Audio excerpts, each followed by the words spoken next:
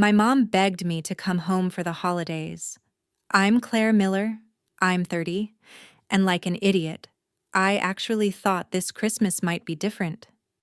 She called me in London at 3 in the morning, sobbing on FaceTime about how we never see you anymore and how the whole family needs you here.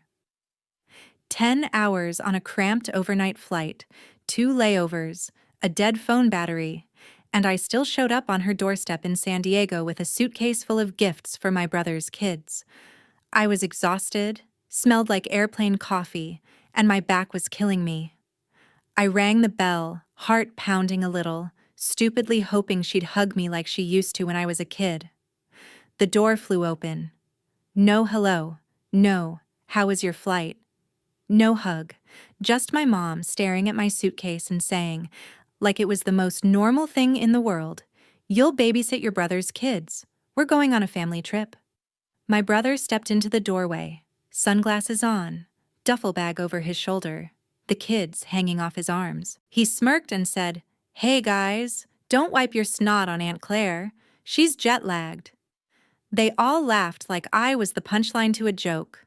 My parents, my brother, the kids, everybody cracking up while I stood there with airplane hair and a credit card bill full of tickets I'd paid for. I didn't yell. I didn't cry. I just felt something in me click off, like a switch. I smiled, set my suitcase down in the entryway, looked my mom right in the eye, and said one sentence. And that was the moment everything flipped. The laughing stopped, the color drained from their faces, and my mom kept whispering, "No, no, no way." By the time I was done, their dream vacation wasn't happening. Their house was on the line, and I was finally done being their free babysitter and personal bank. Stay with me until the end, and I'll tell you exactly how one ungrateful daughter ruined her family's perfect holiday and took her life back in the process. The funny thing is, the moment I said that one sentence, the whole room froze. But to really understand why, you have to know what those people at the door had been doing to me for years. My mom didn't just miss me when she called me in London. 2 weeks before that 3 a.m. FaceTime, she had already texted me screenshots of crazy expensive holiday prices, hinting that she and my dad could never afford a trip like that unless I helped a little, just this once. Just this once was how every single favor started. When my dad needed knee surgery, I wired money. When my brother Jason maxed out his credit cards on his big e-commerce idea, I helped him consolidate his debt. When the water heater broke and the mortgage was overdue, I sent money, and my mom posted photos the next week from a new brunch place downtown. I live in a tiny flat in London. I cook most of my meals at home. I walk to work in the rain, and somehow I was still paying for Uber Eats and streaming services in a house I didn't live in on a continent I didn't even live on anymore. The thing is, this time, before I booked my own ticket home, I paid attention.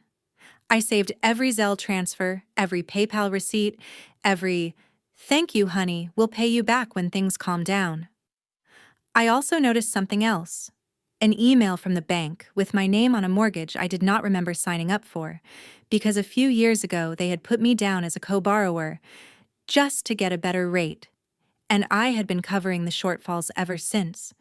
So while my mom was crying on FaceTime about how "the kids miss you so much, Mia keeps asking when Aunt Claire is coming," I was sitting on my bed in London, staring at my banking app, realizing that the only time my family treated me like part of the group was when a bill was due. I almost said no. I almost told her to figure it out herself. But then a different thought hit me. If they were willing to drag me halfway across the world to use me as a free babysitter and walking credit card, I was finally willing to show them what it looks like when I stop playing along. I booked my flight, but I also booked a call with a financial advisor, downloaded 3 years of statements, and had a simple document drawn up on a legal template site. So standing in that doorway in San Diego, while Jason laughed and my mom announced my babysitting schedule like it was a done deal, I wasn't just the tired, jet-lagged daughter they were used to. I rolled my suitcase inside, let the kids jump around my legs, and followed them into the kitchen where their printed itinerary was laid out on the counter like a glossy promise. Resort photos, flight times, family package, in bold letters. My mom tapped the brochure and said, "See? This is why we needed you here, honey. The kids will stay with you. We'll finally have a real vacation. You always say we should take care of ourselves." I looked at the resort name, recognized the card number on the confirmation email open on her phone, and felt that same switch in my chest flip again. They thought I had come home to be their built-in nanny and bank. I had actually flown 10 hours to do something I should have done years ago. So I smiled, asked my mom to get everyone into the dining room, "So we can go over a few things before you leave," opened my laptop on the table, and pulled up the stack of digital receipts that would turn their family trip into the last time any of them saw me as a free resource. My dad sat at the head of the table like it was some kind of family meeting. My mom hovered by the counter clutching that printed itinerary, and Jason was scrolling his phone, half listening, Mia and Logan spinning in circles on the tile. I slid my laptop closer, turned the screen so they could all see, and said as calmly as I could, "Before you go anywhere, we need to talk about money." Jason groaned. "Claire? Seriously? Right now?" My dad muttered something about timing under his breath. My mom gave me that wounded look and said, "Honey, we've been under so much stress. Can we please not start a fight before we even leave?" I didn't raise my voice.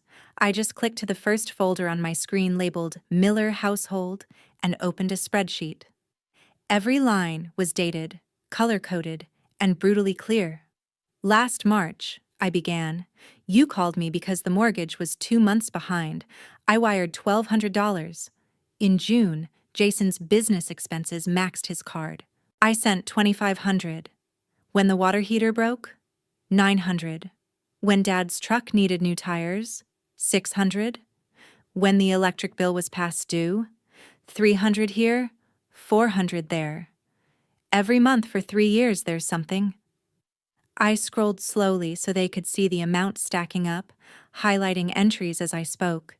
This is not counting the Disney Plus, Hulu, Netflix, Spotify Family Plan, your Walmart Plus, the cell phone plan, the random emergency Venmo requests that somehow always line up with Black Friday or Labor Day sales. Jason straightened in his chair, color draining from his face as he recognized his own "I swear I'll pay you back next month" memos in the notes column. My mom's hand flew to her mouth when she saw her texts screenshotted next to deposits for gas money to visit Grandma, followed by photos of her at a new nail salon. My dad's jaw tightened when he saw the PayPal transfer labeled knee surgery copay, and then the receipt for a brand new flat screen that showed up the same week. "This isn't fair," my mom whispered. "You're making us look like bad people." I shook my head. "I'm not making you look like anything. I'm just showing you what actually happened." Then I scrolled to the bottom, to the row in bold. The total number sat there, big and undeniable. "In the last 36 months," I said quietly, "I have sent this house just over $60,000. The room went dead silent. Jason blinked hard. My dad stared at the wall. My mom kept whispering, "No, that can't be right. That can't be right." Like if she said it enough, the math would change. I reached into my bag and pulled out a thin stack of printed pages, slid them onto the table next to the itinerary for their dream resort. "This," I said, "is a simple agreement. It's not a lawsuit. It's not me taking you to court. It's just a record that all of you acknowledge you owe me this money and will start paying it back.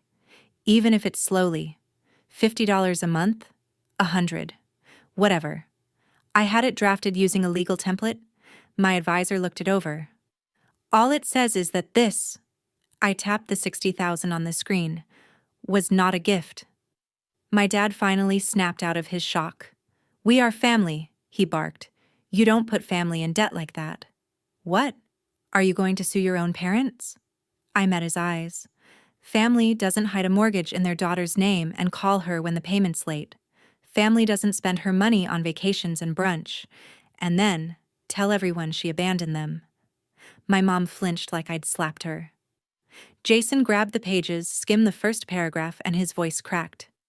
This is insane. I can't pay this back. None of us can. I leaned back in my chair. I know. And I'm not expecting you to. Not all at once. But I am done living in a world where you pretend you're victims and I'm some selfish career girl overseas.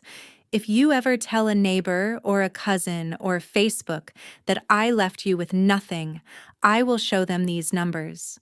I will show them every transfer, every bill I covered, every time you chose Starbucks over the electricity bill because you knew I'd bail you out. My mom shook her head over and over, whispering, No, no, no way. You wouldn't do that, Claire. You wouldn't humiliate your own family. I shrugged.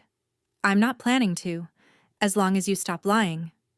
Then I clicked to another tab, the one with their resort reservation confirmation. The familiar logo filled the screen, along with their names, dates, and a little note at the bottom with the last 4 digits of the card on file. My card. And about that family trip you're so excited about, I added, my voice still calm. You might want to sit down for this part. My dad frowned. What are you talking about? I pointed to the status line under the reservation number. Cancelled. 3 days ago, I called the resort and the airline, I said. Since the bookings were made with my card and my account, I had every right. The package has been refunded. The flight credits have been moved. So when I told you at the door that I wasn't babysitting while you went on vacation, I closed the laptop halfway, just enough to see all their faces at once. What I meant was, there is no vacation anymore. Not without me. Not without my money. Not ever again on my dime. My dad lurched up from his chair when he saw the word canceled, like he could intimidate the screen into changing. You had no right, he snapped. Those are our tickets. I didn't even flinch. They were bought with my card, from my account, with my money, I said. The right was all mine. He opened his mouth to argue, but I was already clicking to the next window. And that brings me to the house we're sitting in right now. On the screen was an email from the bank with both our names on it. Gary Miller and Claire Miller, co-borrowers. My dad stared at it, his face draining of color. My mom whispered, Claire, please, not this. We told you it was just paperwork. I swallowed the familiar ache in my throat. You told me it was a formality, I said.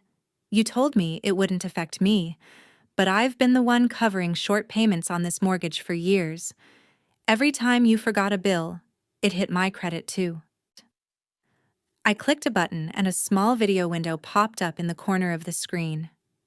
My financial advisor's face appeared, framed by a home office in London. We had spoken before I ever got on the plane. Hi, Claire, she said. Is now still a good time? I turned the laptop slightly so my parents could see. Perfect, I said. You remember my family situation. My dad hissed. Who is this? I answered without looking at him. This is the person who helped me understand exactly what being a co-borrower on your mortgage means, and what my options are now that I'm done bailing you out. The advisor introduced herself politely, then got straight to the point. In calm, measured language, she explained that as a co-borrower, my credit was tied to this house, that missed payments and constant shortfalls were hurting me, and that I had the right to go to the bank and request to be removed from the loan. In practice, she continued, that means the lender would require the remaining borrower or borrowers to qualify on their own. They might have to refinance, or in some cases, if they cannot meet the requirements, the property may need to be sold to satisfy the debt. My mom shook her head. You can't do that, she said, her voice trembling. We can't afford to move. We can't afford a higher payment. The advisor's voice stayed gentle. That is between you and the lender, ma'am. What I can say is Claire is not obligated to keep her name on a loan that she is not truly benefiting from, especially when she is the one making up the difference. I thanked her and ended the call, my heart pounding so hard I could feel it in my teeth. The room felt smaller, like the walls were inching inward. My dad rounded on me. You're going to make your own parents homeless over some numbers on a screen? I looked him straight in the eye. No, I am going to stop letting you gamble with my future while you act like I owe you my entire life. If you can afford resorts and plane tickets when you think I'll be here to babysit, you can afford to sit down with a bank and figure out how to pay for your own house. I reached into my bag again and pulled out a folded letter. This is my formal notice that I'll be stopping all automatic payments related to this property, I said. The bank will contact you directly from now on. I'm also closing the joint checking account Mom convinced me to open, just in case there's an emergency. I air quoted the words without meaning to. My mom made a choked sound. But that's where the grocery money comes from, she said. That's where we pay utilities. How are we supposed to manage all this? I took a breath, steady and slow. The same way every other adult in this country does, I replied. With your own income, with your own budgeting, with your own consequences when you overspend. I opened another tab showing the monthly auto drafts I had set up over the years. Mortgage supplement, power, internet, streaming bundles, grocery deliveries, car payment top-ups. All of them had my name next to the word payer.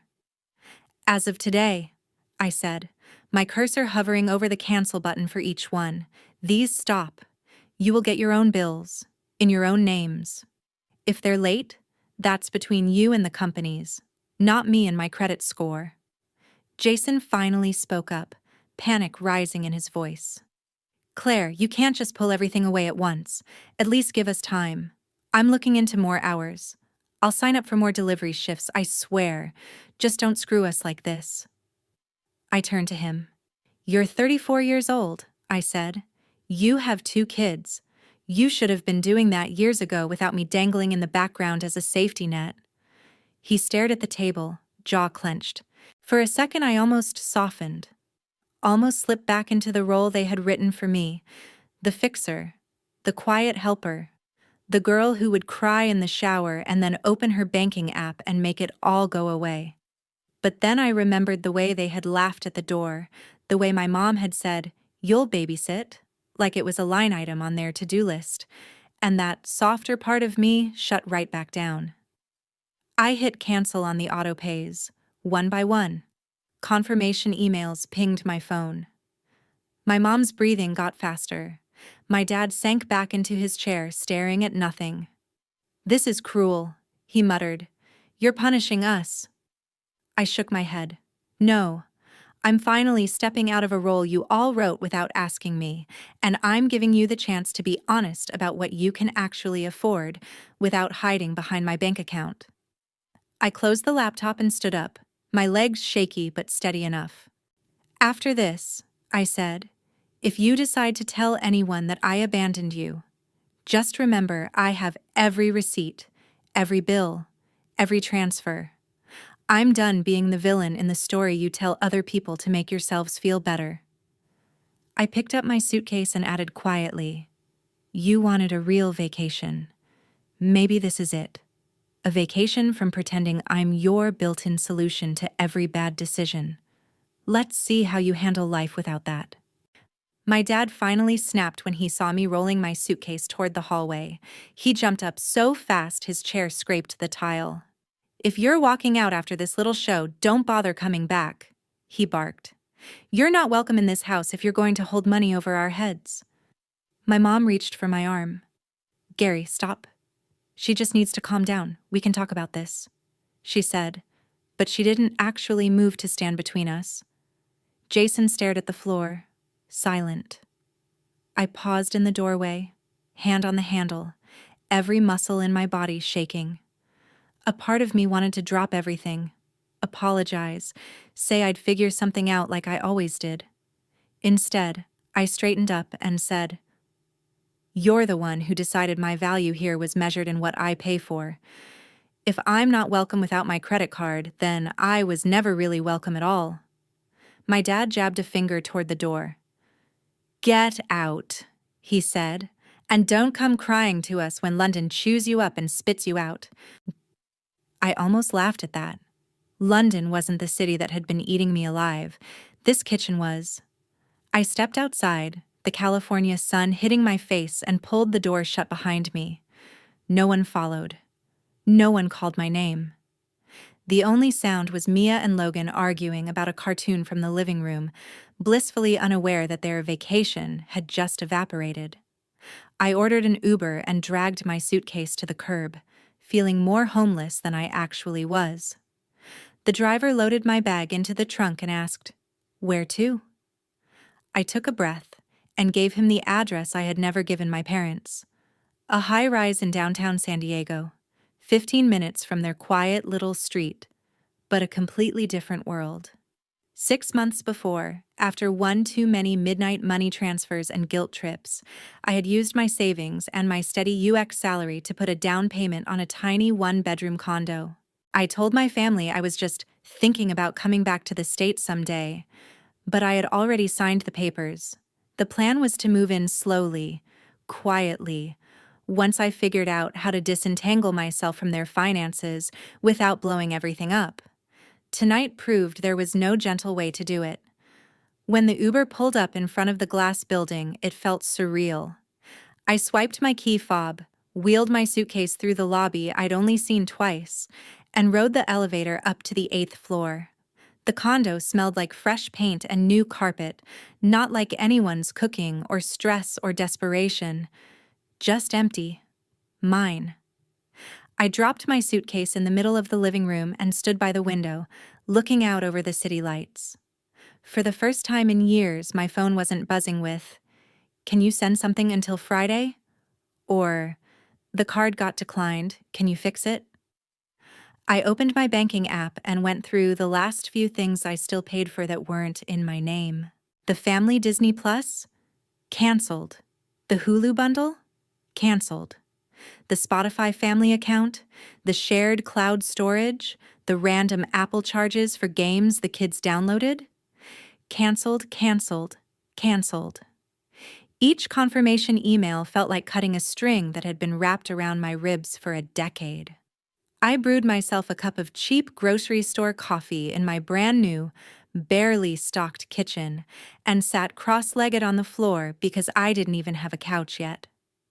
In the quiet, without my mom's constant sighing or my dad's TV blaring, the doubts rushed in. What if I'd gone too far? What if they really couldn't keep the lights on without me? What if I had just turned into the selfish, ungrateful daughter my dad always warned me not to be? Then I remembered how my mom had opened the door like I was a maid showing up for a shift. I remembered Jason joking about the kids wiping their snot on me while they all laughed, assuming I'd just slide into place and make their plans possible. And underneath the fear and the guilt, something else settled in my chest for the first time in years, a thin, quiet layer of peace. They were going to feel the impact of my absence, no doubt. The bills would come, the late fees would stack, and the life they'd built on top of my invisible paycheck would start to wobble. But tonight, in this tiny, echoing condo, there was no one to save but me. I took a sip of coffee, opened my laptop again, and watched as the new emails started to roll in from the bank, the utility companies, the streaming services, all of them confirming what I already knew. For the first time, my family was on their own. The first sign that my decisions were actually hitting them didn't come from a phone call or a text. It came from Facebook. About a week after I moved into the condo, my friend Emma sent me a screenshot with a simple message. Have you seen this?" It was my dad's profile, his name right there above a long, dramatic status about how some kids forget who raised them the second they get a fancy job overseas, and how he and my mom were left with nothing right before Christmas. He never used my name, but he did not have to. Our daughter flew in from London and decided money was more important than blood. He had written, "Pray for us." Underneath were comments from people who had known me since I was in braces. "So sorry, Gary, that is awful. Kids these days do not understand family. You gave her everything and this is how she repays you?" One woman added, "If she will not help, maybe set up a GoFundMe, we will share it." My stomach twisted like I had swallowed ice. He was doing exactly what I had warned him not to do, turning himself into the helpless victim and me into the cold-hearted villain, rewriting the entire story for an audience that had no idea how many times I had paid their bills in silence. For a minute, I paced my tiny living room, phone in my hand, fingers hovering over the call button. I almost drove back to that house, almost begged him to take it down, almost offered to reinstate one of the payments just to make the humiliation stop. The old version of me, the one trained to fix everything, was clawing at the inside of my chest. Then I pictured the spreadsheet on my laptop. I pictured the email tying my name to their mortgage, the stacks of transfers, the way my mom had looked past my face and straight at my suitcase when she opened the door, like I was a delivery driver dropping off a package. That image snapped me back. Instead of calling my dad, I opened my email and pulled up the thread with my financial advisor. I told her about the post, about how my family had been using my money for years while claiming they were barely getting by, and I asked one simple question. Was there anything else I needed to do to protect myself now that I had cut them off? She responded with a calm, detailed reply about documenting everything, saving copies of every transfer and bill, and making sure the bank and any relevant agencies had the full picture of who had actually been paying what. She mentioned that in situations like mine, where one person is unofficially propping up a household that is also receiving certain benefits or claiming hardship, it can be appropriate to ask for things to be reviewed, just to make sure everything is above board. I did not need a step-by-step manual. I just needed to know I was not crazy for thinking something was off. Over the next few weeks, while my dad kept posting vague complaints about ungrateful kids and this generation, envelopes started showing up at the house on their quiet cul-de-sac. I did not see them myself, but my mom's frantic texts told me enough. "Did you talk to the bank?" She wrote one morning. "We got a letter about reassessing the loan. They want updated information." Another day, early on a Monday, came a barrage of messages. "There is something from the IRS. I am freaking out. I thought you said everything was fine. Why are they asking questions?" I had never said everything was fine. I had said I was done smoothing things over in the dark. The bank wanted updated documents for the mortgage. The utility companies wanted full payment instead of the partial ones I had been slipping in at the last second, like some invisible janitor cleaning up a mess no one else acknowledged. The comfortable fog they had been living in was thinning, and there was nothing left to hide behind except the reality of what they could actually afford. Jason finally texted asking to meet at a coffee shop near my building. When he walked in, he looked smaller without the sarcasm to puff him up. Dark circles under his eyes, stubble he had clearly not had time to shave, a delivery bag slung over his shoulder. He dropped into the chair across from me and got straight to it. "Dad needs to shut up online," he said, rubbing his face. "Those posts are making everything worse. He is embarrassing himself. And Mom, and honestly me too. And I know you are mad, but some of this, the letters, the calls, you did something, right?" I took a slow sip of coffee, letting him sit in the discomfort for a second before I answered. "What I did was stop pretending we were all being honest," I said. "I talked to professionals. I made sure my name would not go down with a ship I was not steering. If that means some systems are finally noticing where the money has actually been coming from, that is not my fault." He stared at the table, then admitted he had signed up for more shifts, sold some of his old tech gear, moved his kids into a smaller room so he could take on a roommate and cut rent. "It sucks," he said, voice low, "but for the first time I am actually seeing what stuff costs. Like, really seeing it. Groceries, gas, daycare. I did not get it before. I just knew if it got bad enough, someone would text you." Meanwhile, my mom was selling designer bags and home decor she had bragged about on social media, listing them on Marketplace with captions like "barely used," when I knew exactly how often she had carried them to brunch. The new television my dad bought after his surgery, the one he justified as recovery entertainment, disappeared from the living room in my cousin's holiday photos, replaced by an old boxy set from the garage. Their truck was finally repossessed one gray morning after too many missed payments, the kind of scene they used to cluck their tongues at when it happened at a neighbor's house. Now it was their driveway, their sidewalk, their embarrassment as the tow truck hauled away a symbol of a lifestyle they could no longer fake. Through all of it, my dad kept my number unblocked, but he never once called to apologize or tell the truth. He just kept throwing little grenades online, vague posts about betrayal and ingratitude, hoping someone would pick them up and carry them to me so I would feel guilty enough to crawl back. He told anyone who would listen that his daughter had abandoned him for money and status, conveniently leaving out that most of the money had been flowing in the opposite direction for years. I did not respond publicly, did not jump into the comments to defend myself, did not write my own dramatic post with screenshots attached, even though the petty part of me desperately wanted to. I did not have to. I had my receipts. I had my advisor. I had my own credit finally starting to disentangle from theirs. And more importantly, I had distance.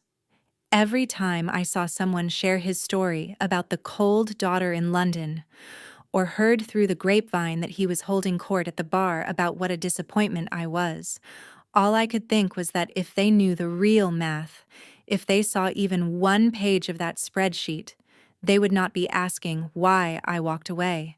They would be asking how I managed to stay as long as I did.